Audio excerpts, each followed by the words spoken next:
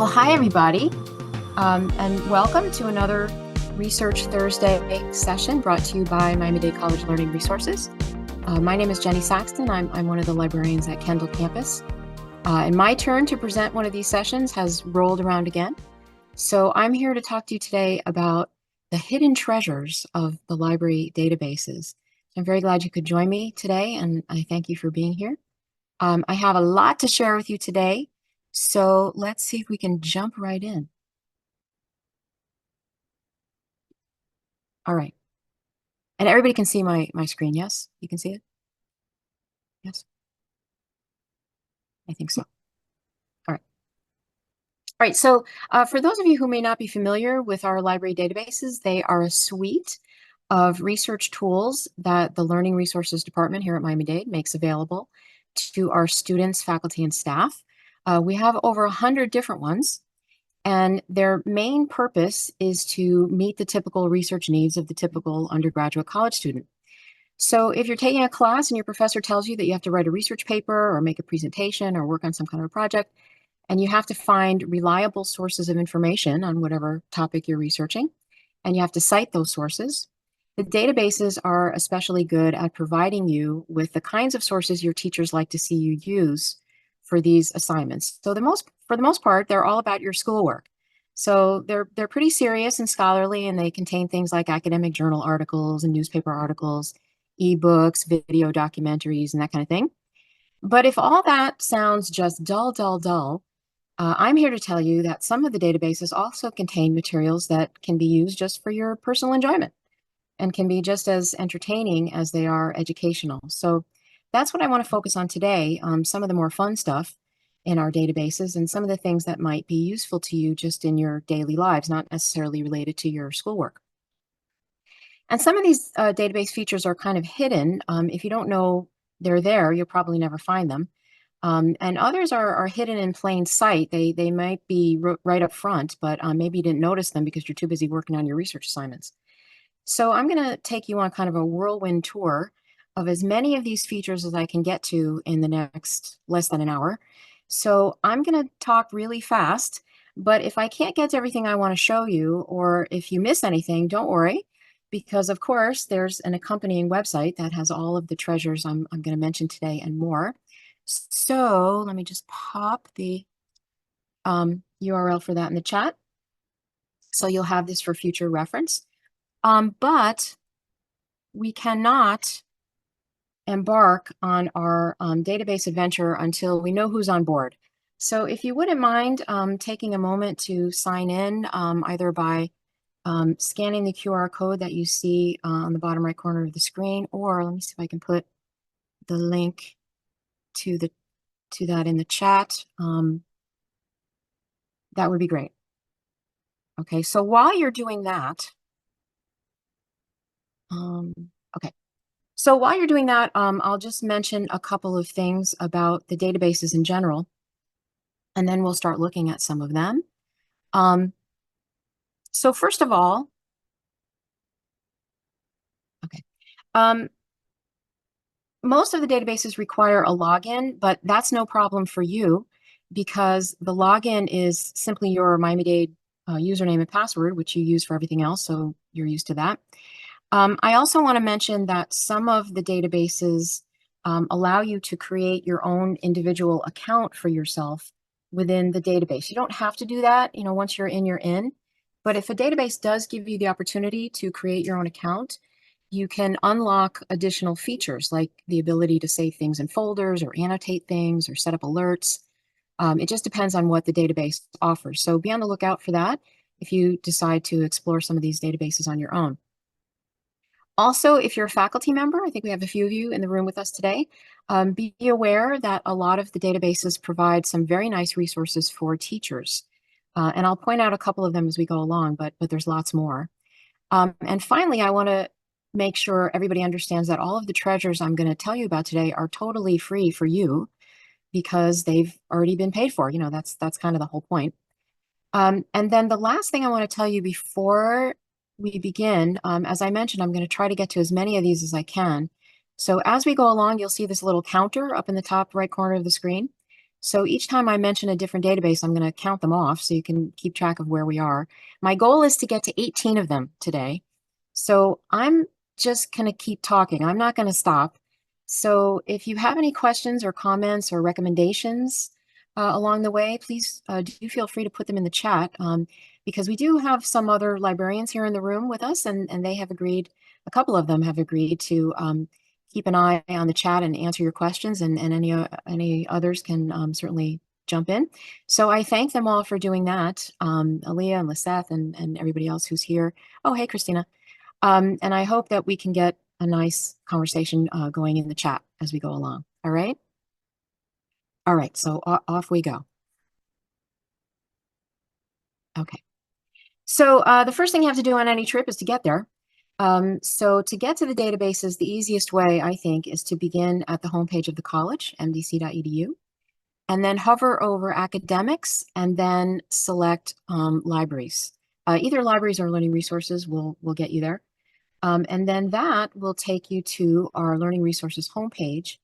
And from here, you can click either databases or in the middle of the screen, or you can click this tab that says research tools and services, because there you will find shortcuts to some of our most popular databases, and you'll also find all the contact information for all of the librarians.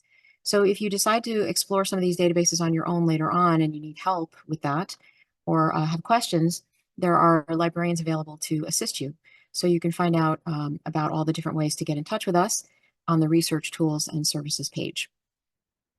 But I'm going to go straight to databases, and that will take us to our A to Z database portal, where you can see an alphabetical list of all of our 117 databases that we have at the moment. And I'm not going to go through how to navigate this page. I think it's pretty self-explanatory, but anything you need help with, you can ask a librarian later on to help you. But one thing I do want to point out on this page is that right now, I think still, we are in the midst of a trial period for the MLA handbook database. I think it's still there. So if coincidentally you happen to be working on an MLA style research paper or project right now, you have access to this database. Don't fall in love with it though. Don't get too used to it because it may not be here for long. There's no guarantee that we're actually going to subscribe to this database, but do feel free to take advantage of it during the trial period. It's kind of the online version of the MLA handbook, and I think we're going to have access to it for what, another week or so, a couple of weeks. I'm not sure, but feel free to try it while it's there. Okay. All right, so the first database I'm going to mention is JSTOR. And if you're familiar with JSTOR, I hear you saying, Jenny, JSTOR, really? This is like the most boring database in the world. And that's because JSTOR functions mainly as an archival collection of scholarly journal articles in the humanities, sciences, and social sciences. So it can be very useful, but for the most part, it's kind of a snooze. However, JSTOR does have quite a few surprisingly interesting features. I'm only going to tell you about a couple of them. The first one I'm going to mention is called ArtStore, and some of you might know ArtStore as a separate database unto itself. But my understanding is that that's going to be going away because ArtStore and JSTOR have merged. It's the same company. So from now on, to get to ArtStore, you got to go through JSTOR. So we might as well get used to that now. So once you're in JSTOR, you need to scroll down and find this link that says Search ArtStore's Collections. But before I go into that, I do want to point out another interesting feature of JSTOR that I only just discovered the other day when I was preparing for this session, and it's right here. And it's called Independent Voices. And it's an archival collection of underground newspapers and other kinds of publications from both the radical left and the radical right.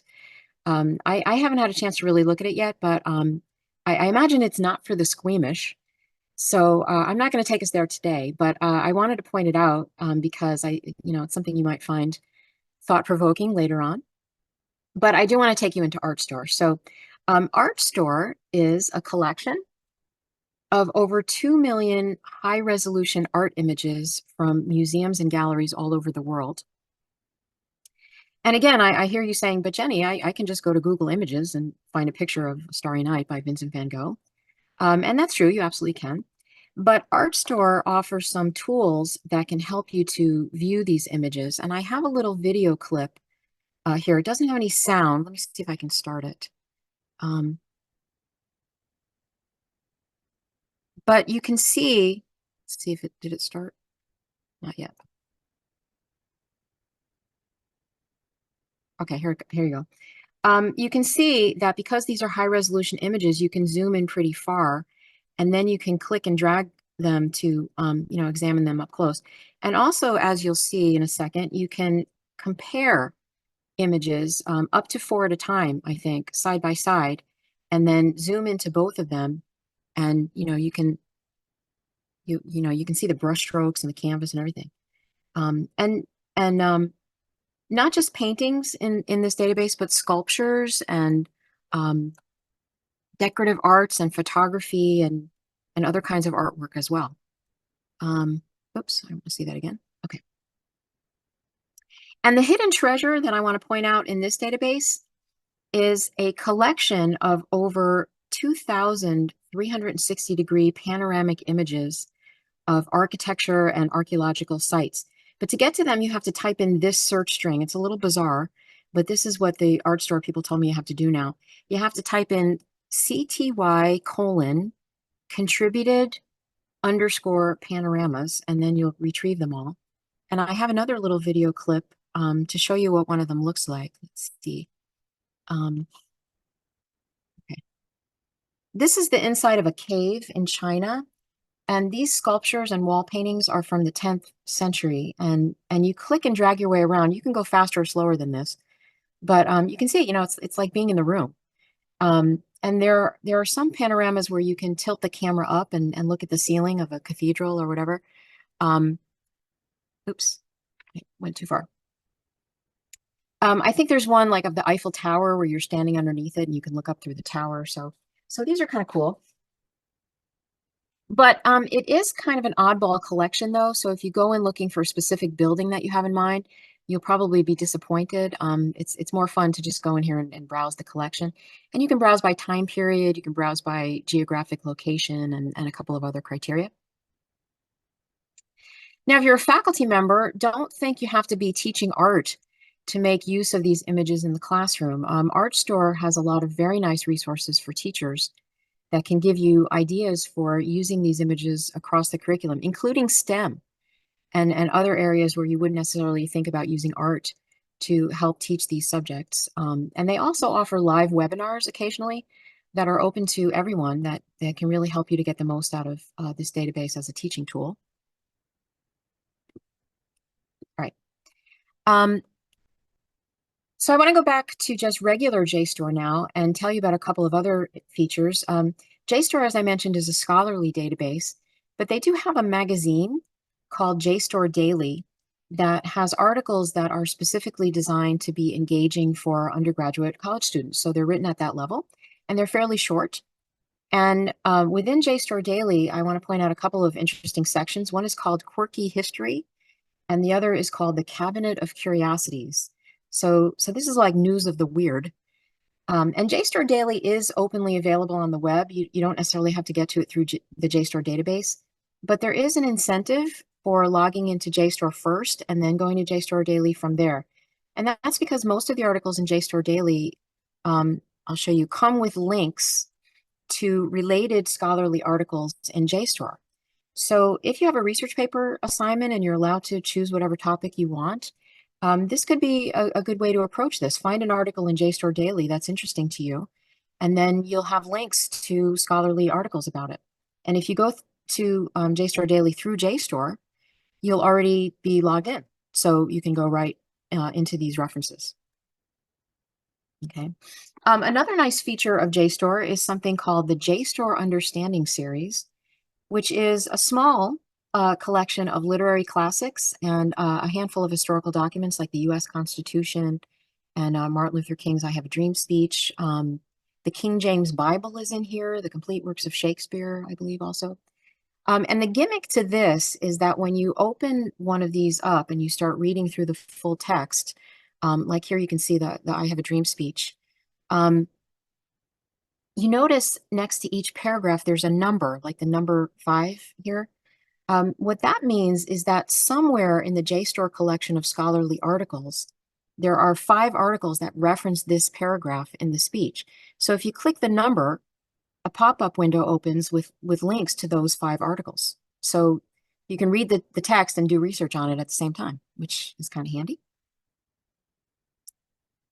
Okay, the next database I want to show you is called Medici TV, which is a collection of full-length videos of operas, ballets, classical music concerts, jazz performances, and also documentaries about these works.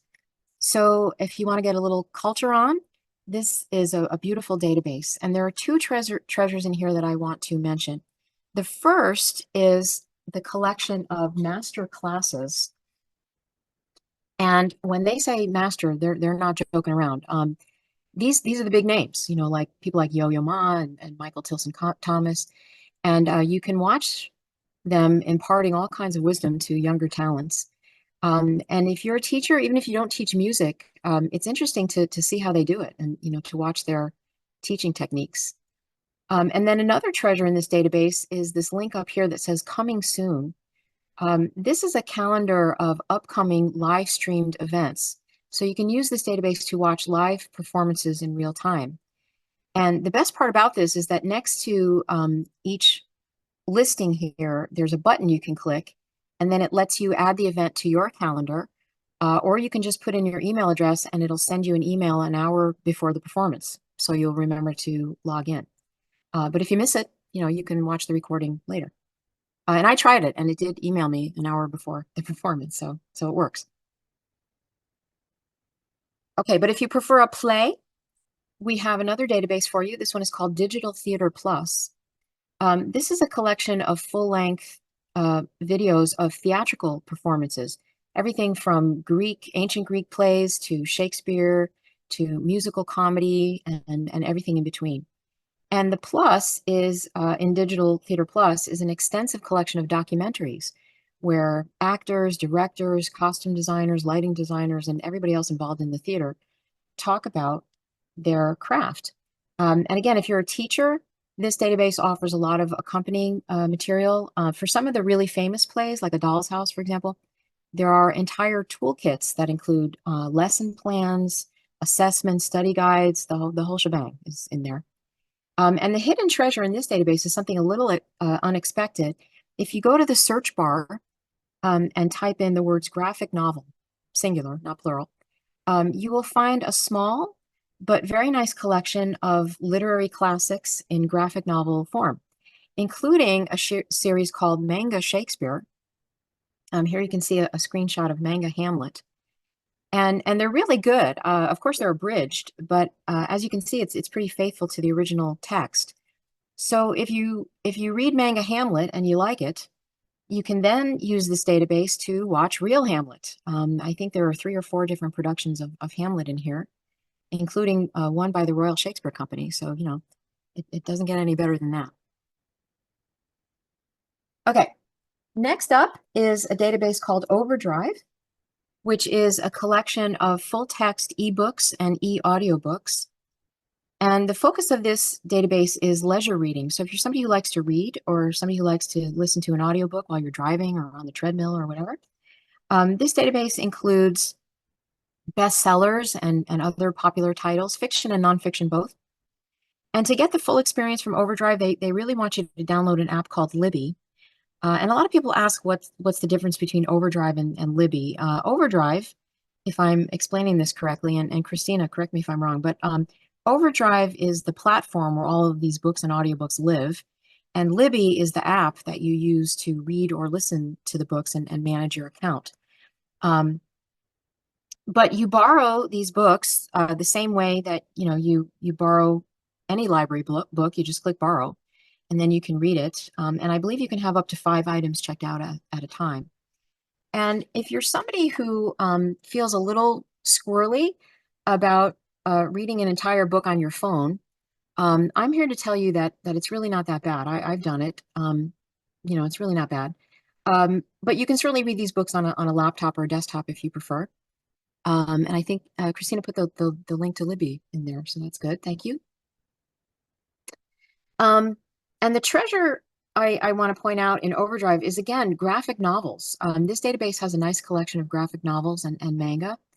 Now, granted, trying to read a graphic novel on your phone might be a little tedious, but Libby will sync to all your devices. So if you start reading a graphic novel on your phone and then decide you'd rather read it on an iPad or a laptop, it'll remember your place in the book. So that's a good thing. So to find the graphic novels in Overdrive, you just open the little hamburger menu, and then you'll see over 100 different genres to choose from. And one of them is comics and graphic books. And the number next to each category here refers to the number of titles in that genre. So currently we have 184 graphic books in our Overdrive collection. And as you can see, there's a Batman title here. So there is some DC and Marvel. There are graphic memoirs and a nice selection of manga as well. And there's one other nice feature of Overdrive, but I'm going to mention it in a little bit. So hold this up. Okay, now we do have other ebook databases as well, but they're not about reading for fun. They're more about school-related topics. So the kind of books you'd use for your research assignments and other homework. And one of these databases is called EBSCO eBooks. But there's one kind of fun thing in here that you might not have noticed, and it's right here where it says cooking. There's a whole collection of cookbooks in here. So if you like to cook or bake, you might be interested in this. And since we're talking about graphic novels and manga, I have to show you this one cookbook I came across the other day while I was putting the slideshow together. It's the Anime Chef Cookbook, 75 iconic dishes from your favorite anime. So I thought this one was kind of fun. But there are over 200 other cookbooks in here, different ethnic cookbooks and stuff. So Overdrive has some cookbooks as well. So there's this and Overdrive. Okay, speaking of books, we have a database called Books and Authors, which used to have a different name. And I don't know why they changed the name of this database, because the previous name was so much more descriptive, I think, and more fun. It used to be called What Do I Read Next? And that's exactly what this database is about. It's a database that will recommend books for you to read based on what you like. And, of course, Amazon will do that for you too. And there are other websites that will do that. But this database really lets you drill down into a variety of different genres and subgenres, so you can get really specific about what you're looking for. And it lets you mix and match different criteria, like the location where the story takes place, or the time period, or the type of characters. So let's say, for example, you're in the mood to read a book about royalty in 16th century France. So you select those criteria to see if you get any matches. Now, you're not always going to get matches. If you're looking for a book about a hockey player in ancient Egypt, that's probably not going to work.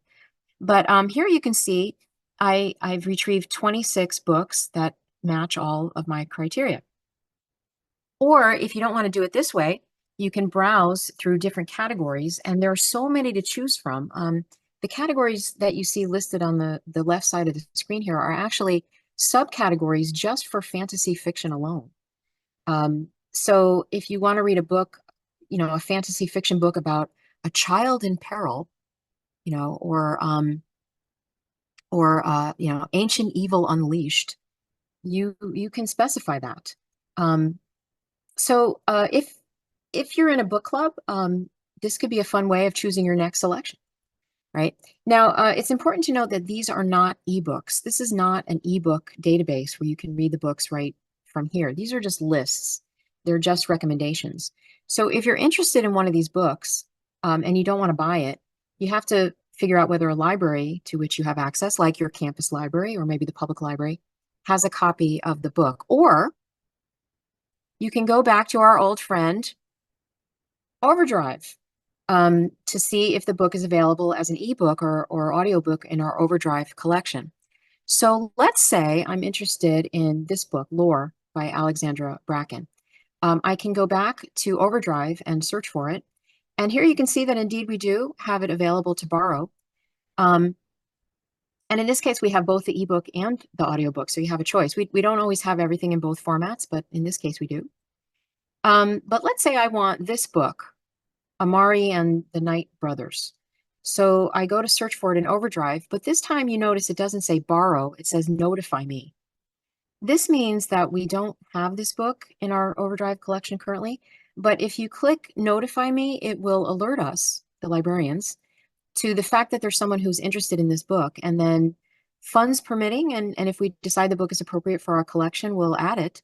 And then you'll receive notification that the book is available for you to borrow. So that's another nice feature of OVERDRIVE. But if you don't have the time or the patience to read an entire book, and you can read a magazine instead. We have a database called FLIPSTER, which contains digitized popular magazines like Time and Vogue and National Geographic and Rolling Stone, and Wired is in here, Sports Illustrated. I think there's something like 85 different magazines in here. And you can see the latest issues and some back issues as well. And when you open one of these up, it's just like having the paper copy of the magazine in front of you. You flip the pages, which is why it's called FLIPSTER. And you can search each individual magazine by keyword. So that's a nice database too. And every once in a while, somebody asks me if FLIPSTER contains Consumer Reports, which is a very popular title. If you're not familiar with Consumer Reports, it's a magazine that helps you if there's something you need to buy, especially if it's a big ticket item like a car, or if maybe you need tires for your car, or maybe you need like a refrigerator or a lawnmower or a TV, or maybe you're having a baby and you need to buy a stroller or a car seat or something. Consumer Reports rates different products and compares different brands. So it helps you to decide what to buy. And they don't take advertising, so they can be very impartial about their ratings. So the answer to whether or not FLIPSTER has this is yes and no. FLIPSTER does have the annual Consumer Reports buying guide. But if you want up-to-the-minute Consumer Reports, you can go to their website, consumerreports.org, to try to see their famous ratings and reviews of various products.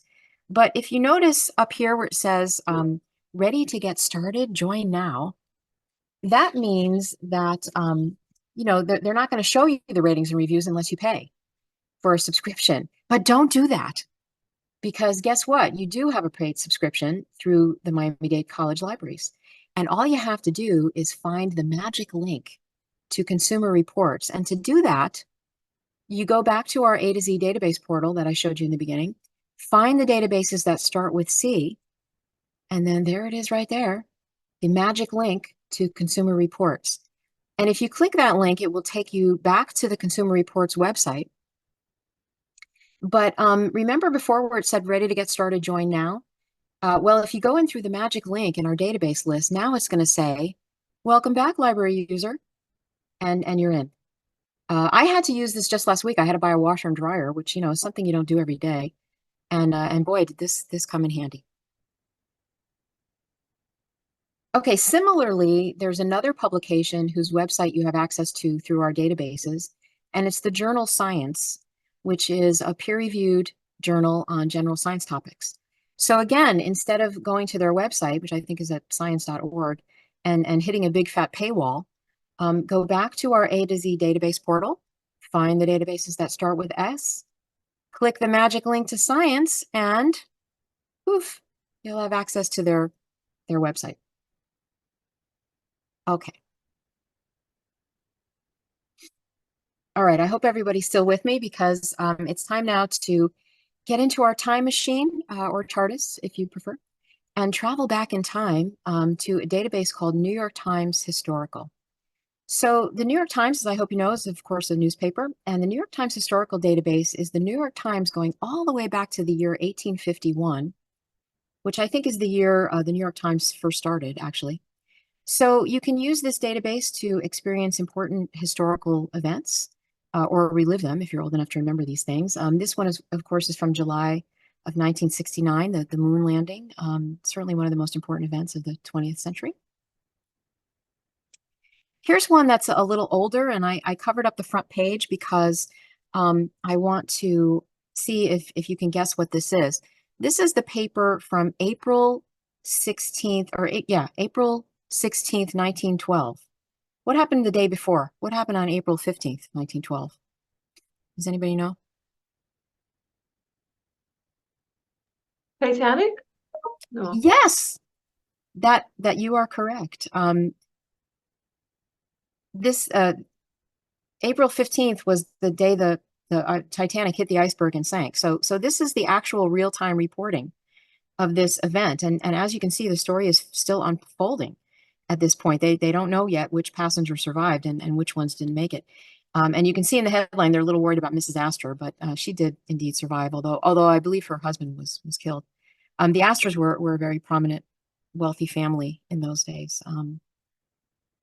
So this is very dramatic reporting. I'm looking to the right of the picture where it says, biggest liner plunges to the bottom at 2:20 a.m. Rescuers there too late. Women and children first.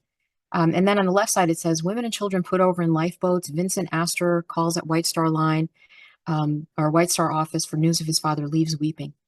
And then I love this part that says, manager of the line insisted Titanic was unsinkable even after she had gone down. So yeah, I guess that goes to show that denial of in-your-face facts is nothing new. Okay, here's an issue of the paper that's even older.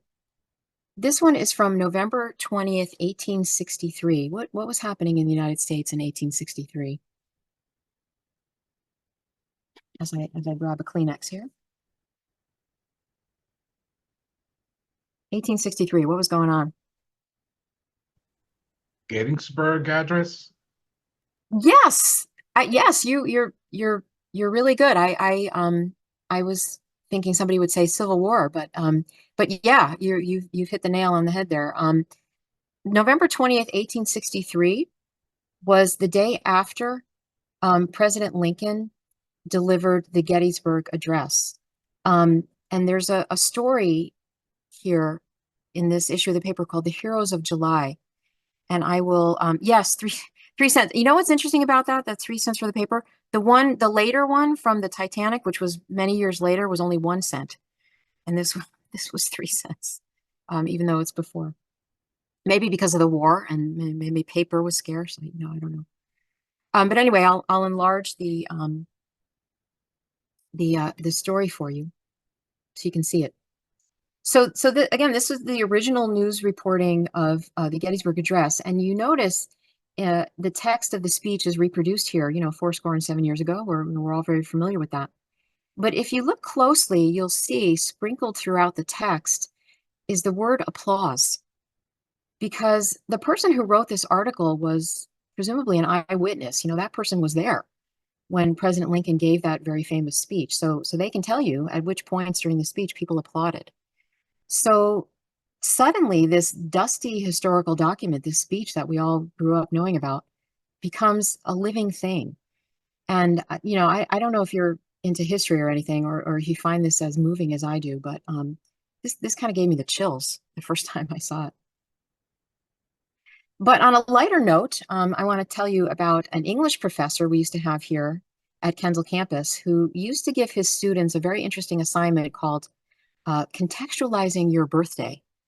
And the assignment was to find out what was happening in the world on the day you were born and then write about it. So one way of doing that is to read the issue of the New York Times that came out on the day you were born. So I thought this was a cool assignment, so I decided to do it. So this is the paper from the day I was born. I was born on February 14th, so yes, yesterday was my birthday. I whited out the year here because I don't want you to see how old I am, but I think the second I show you the story that I want to mention, I think you'll be able to guess. And here it is. I was born the week the Beatles came to Miami. I wasn't born in Miami. I was born up north, but I hope you're familiar with the Beatles. They were a very famous British band. And when they first started out, they were very popular, especially with teenage girls. So this article says, the British Rock and Roll Quartet flew here for a brief rest and television appearance following 2 concerts in Carnegie Hall last night. Despite the crush of the thousands of screaming and singing fans, the Beatles made it through the airport unmolested and were rushed to Miami Beach in a limousine flanked by police escorts. I can just imagine the scene. But the part of this article that always cracks me up is here at the end where it says, Attorney General Robert F. Kennedy had some trouble getting into the Plaza Hotel yesterday because of the throng of girls who were waiting outside for a glimpse of the Beatles. Mr. Kennedy, blah, blah, blah. A spectator said that in the crowd's concentration on the performers, no one batted an eyelash at the Attorney General. So Bobby Kennedy, who was extremely famous in his own right, couldn't get the time of day from anybody that day because they were all too busy looking at the Beatles. So that in itself kind of, contextualizes the whole story for me. Okay. All right, so speaking of newspapers, we also have the current New York Times database, by the way, but not just the historical one, just, the current one. But we also have another database called America's News. This is a database where you can search hundreds of newspapers at once, including the Miami Herald, El Nuevo Herald, Sun Sentinel, and many other newspapers across the United States. And the hidden treasure that I want to point out in this database isn't exactly hidden. It's right on the main page, but you have to scroll down to see it. And it's the hot topics. This is a small collection of current news topics. I think they change this every month. But one of the challenges to doing research in these databases sometimes is figuring out exactly what words and combinations of words to search for to retrieve exactly the information you're looking for. So the nice thing about the hot topics is that for each topic, they give you kind of already canned the perfect search string for finding newspaper articles on that topic. And if you click on it, it will automatically perform that perfect search. And I don't know if any of you are familiar with Boolean searching, using the words and, or, and not to improve your searches. As a matter of fact, the last Research Thursday session I did was all about that. So here they've done the Boolean logic for you, and they've also used quotation marks and parentheses and other tricks of the trade to create the perfect search. And the one thing I wanted to point out here is that many of the other databases, not just this one, support Boolean searching as well. So theoretically, you could copy this search string and paste it into another database or into Google to see what you get. There's no law that says you have to, you can only use this search string in this one database. So, try that and see what happens. Okay, we also have a few other databases that focus, or a few databases that focus specifically about controversial issues, like pro-con issues. So if you have to write an argumentative research paper or a persuasive essay, or participate in a debate where you have to take a side on an issue and defend your position, these databases can be very helpful. And this one is called Issues and Controversies.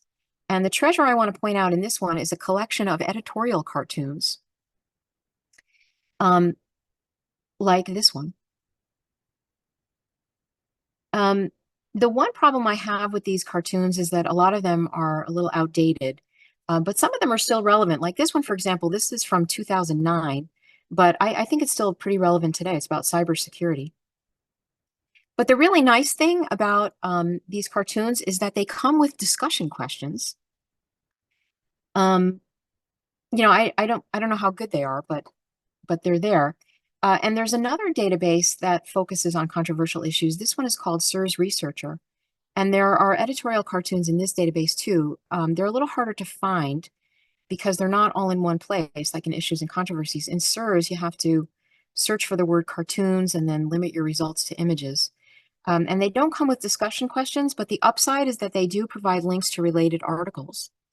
And if you notice in the upper right corner here, there's a link that says Educators Resources. And if you click there, you will find, among other things, these very nice curriculum guides, one of which is all about how to analyze editorial cartoons.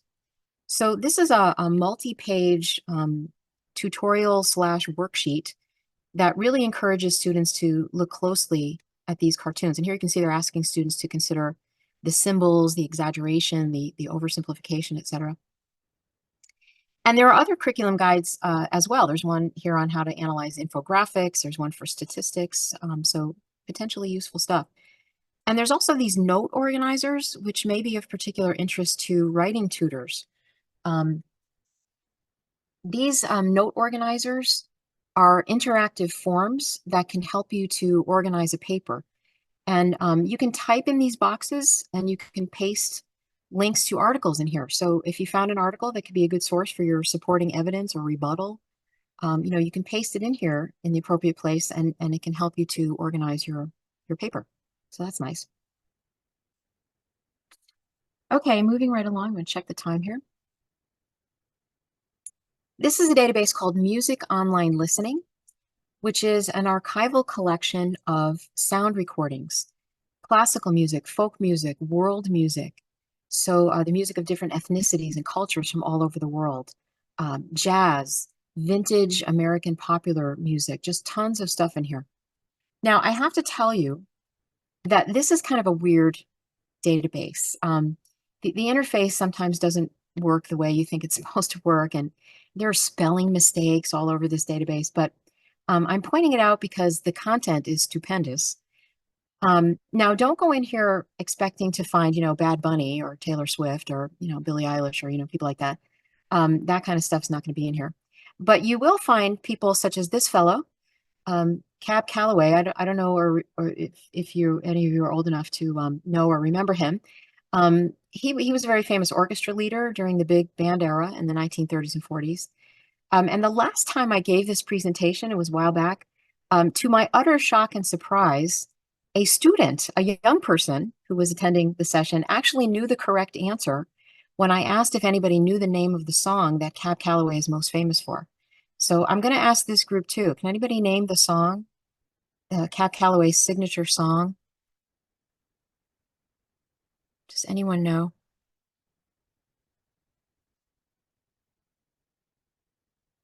No. Okay, I'm gonna play just a few seconds of it. I'm not gonna play the whole thing. I'm just gonna play a little bit so you know what we're talking about. I hope you'll be able to hear it. Hold on.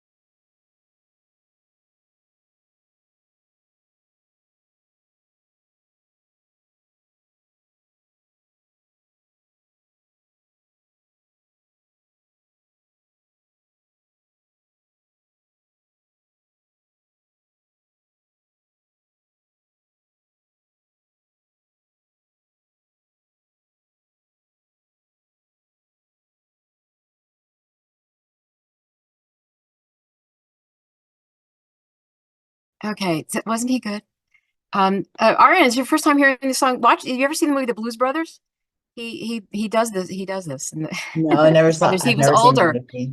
Yeah, he was older by that time. That's a great song. Blues in the Night is also a great song too. Um, okay, so I want to also let you know that there are other things in this database besides music. There are spoken word recordings in here as well. Like this is someone reciting 20th century French poetry. So again, if you're a teacher, don't think you have to teach music to make use of this database. Obviously, if you teach world languages or anthropology or something like that, you might find this something like this interesting to include in a lesson. Here's an example of something that might be useful if you're teaching maybe a social sciences course and you're doing a lesson on social movements during the 20th century, like the labor movement. This is an album of classic labor songs. So you've got people like Pete Seeger and Woody Guthrie and Paul Robeson singing Joe Hill and that kind of thing. But again, I hear you saying, but Jenny, I can just go on YouTube and find recordings like this, right? And again, that's true, but the database gives you different ways of searching and browsing and discovering this kind of music. And sometimes if you're lucky, like in this example, they also give you the liner notes. So this is a PDF file of the documentation that originally came with the album. And in this case, there's a little description of each song and there are pictures and the lyrics and everything. You don't always get this with every recording, but in this case you do. Now, the hidden treasure I want to point out in this database is up here in the hamburger up at the top. If you ever see one of these collapsible menus in a database, open it and see what's there. And then you get a drop-down menu that says My Collections. And that will bring up a list of all of the collections that are included in this database. And it's not all music. Some of these are archival collections of primary source documents like Black Thought and Culture, Civil War letters and diaries, North American immigrant letters and diaries and oral histories, North American women's letters and diaries. So since it's Black History Month, the other day I went into Black Thought and Culture because a minute ago I mentioned Paul Robeson. I don't know if any of you know who he was. He was a singer. He had a beautiful, very deep bass, like baritone bass voice. But he was also an activist and kind of a controversial figure. So I wanted to see if there was anything about him in this collection. And sure enough, I found a few things, including this document called Paul Robeson, Right or Wrong. And it's kind of a scholarly database on Paul Robeson's views. And the reason I'm pointing this out is because this database allows you to create playlists of music the same way you can do on YouTube. But in the database, you can also add documents like this to a playlist. So if you are doing a lesson on Black history or the labor movement, you could include the recording of Paul Robeson singing Joe Hill, and you could also include a document like this. And you can also insert into a playlist external sources, like a YouTube video. So you can curate a variety of materials and then share one link with your students. And of course, since I'm talking about Paul Robeson and since it is Black History Month, I feel compelled to play a little bit of him for you. Just a few seconds. So this is a recording from the 1930s, so it's a little scratchy, but here goes. Swing low.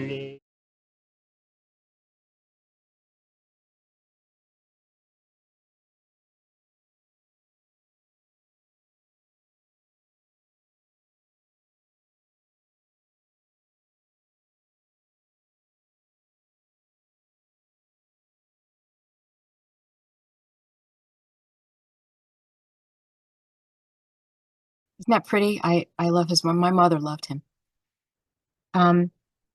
Okay. All right, so now it's time for everybody's favorite database, which is Canopy. Canopy with a K. Canopy is a very eclectic collection of full-length videos, many of which are documentaries, but there's also a lot of feature films in here, and they tend to be like art house kind of films. And I want to call your attention to the bottom row of this screenshot here, because these are some of the titles in the Criterion collection. This is a collection that includes some of the most important films ever made. So, you have films by Ingmar Bergman and Federico Fellini and Akira Kurosawa, and way more than just what you see here. So this is like Film Studies 101. There are also cult films in here like Eraserhead and Nosferatu and Fantastic Planet. There's film noir, classic silent films like Metropolis. There's also quite a bit of LGBTQ content in here.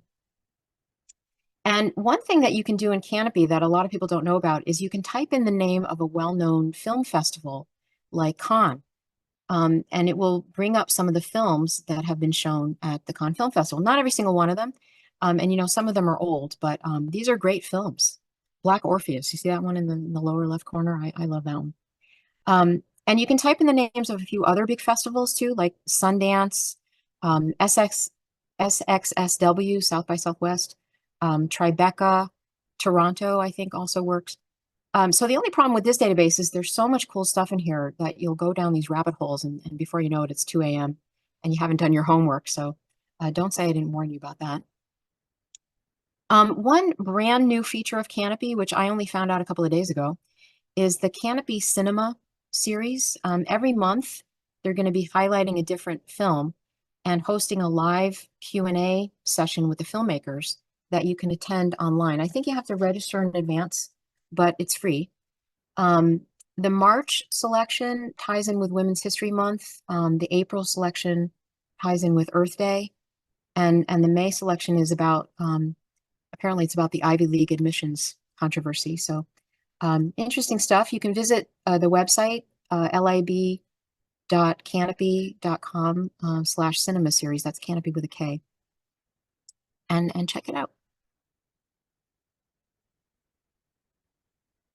Okay, we have a long weekend coming up. So if you've binged everything there is to binge on Netflix and whatever other streaming services you have, know that you have access to a database called Swank. This is a collection of popular Hollywood films. It's a small collection. I think there's only 100 or so movies in here, maybe a few more. And some of them are a little bit old, but I always like to say old but gold. And there are some great movies in here. So pop yourself some popcorn and plunk yourself down on the couch and enjoy. And something about Canopy, I don't think I mentioned it. But in Canopy, I don't think Swank, but with Canopy, if you have a Roku or some kind of device like that, you can cast these things to that big screen TV that you just bought to watch the Super Bowl.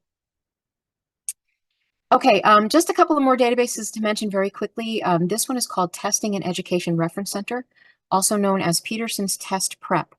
So if you have to take a standardized test like the CLEP, or CLEP Spanish or the SAT or GRE, or if you have to take the TOEFL test or the US citizenship test, or a vocational exam like the NCLEX for nursing or the ASVAB for the military, this database offers practice tests and study guides for these exams. Now, you do have to set up an account for yourself inside this database, but it's free. And once you have an account, you can prep for an exam. You can search for scholarships. You can search for jobs. They have a resume building tool in here and some other career tools. And then notice on the bottom left where it says brush up on foundational skills. That section contains some video tutorials on basic math, English, and also Microsoft Office. So if you need to learn how to use Word or Excel.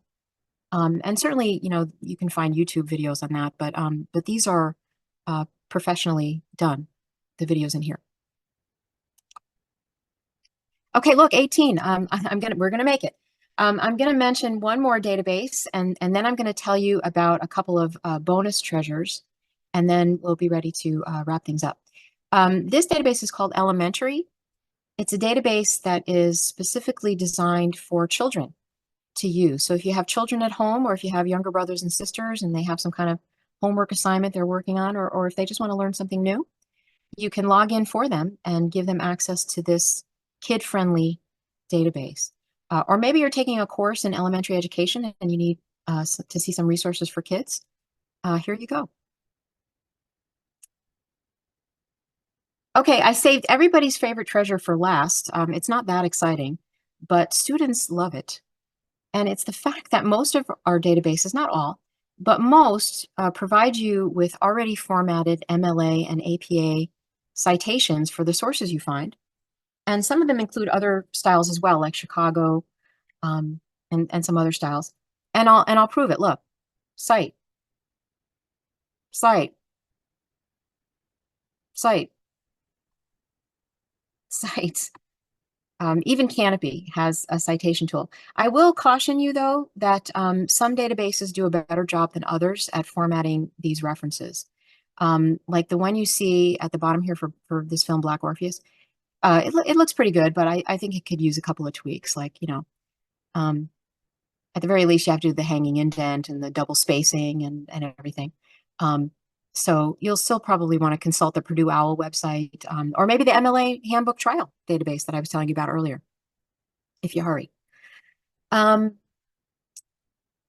the last treasure I want to mention is your public library, which also has databases.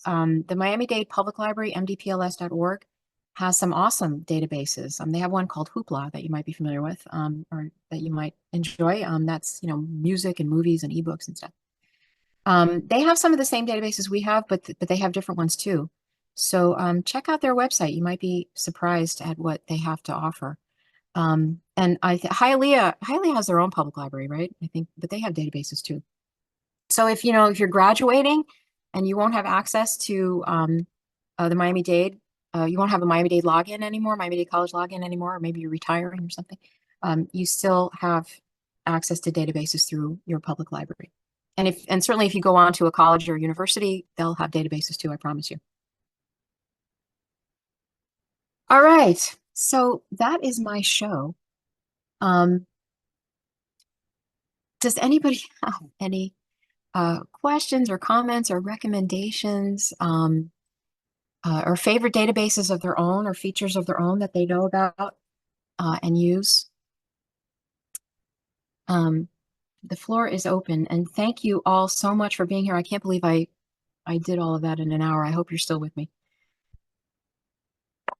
And thank you to the librarians and friends who helped out in the chat. And thanks for the birthday wishes too. And know that, there are more Research Thursday sessions coming up. There's a little QR code there that you can use to find out about those. And the Research Thursday folks have also asked us to put a link in here to a survey that that you can fill out about today's session. Any last minute questions, comments, or anything? All right, applause, applause. Thank you so much.